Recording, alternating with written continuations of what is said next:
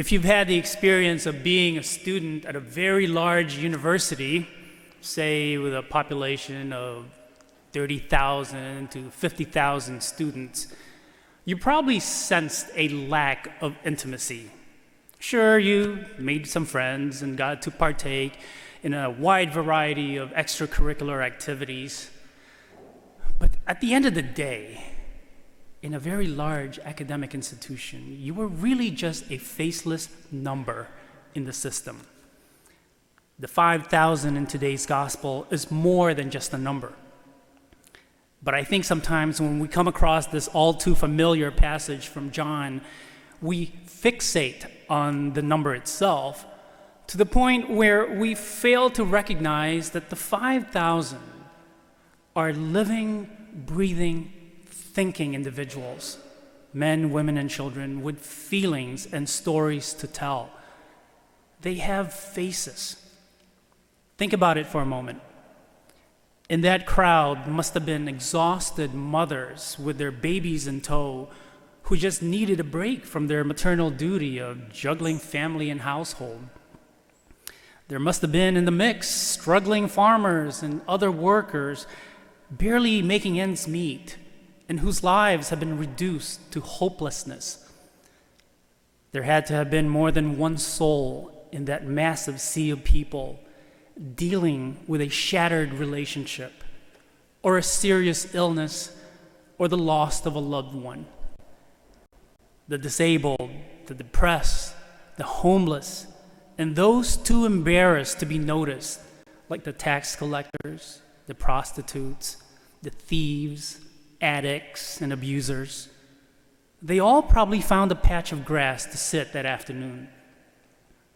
And I wouldn't let it pass the Pharisees and the scribes, who were Jesus' harshest critics, to be looking on from the shadows, trying their best to be inconspicuous.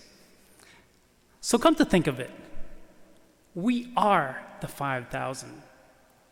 We are the saints and the sinners, the happy and the troubled, the grateful and the broken. We are the sheep in need of direction, protection, and daily provision. That's us, all in one place. Just as Jesus welcomed each and every one of the 5,000 by feeding them all, He too will feed us this morning in this gathering at the Eucharistic table.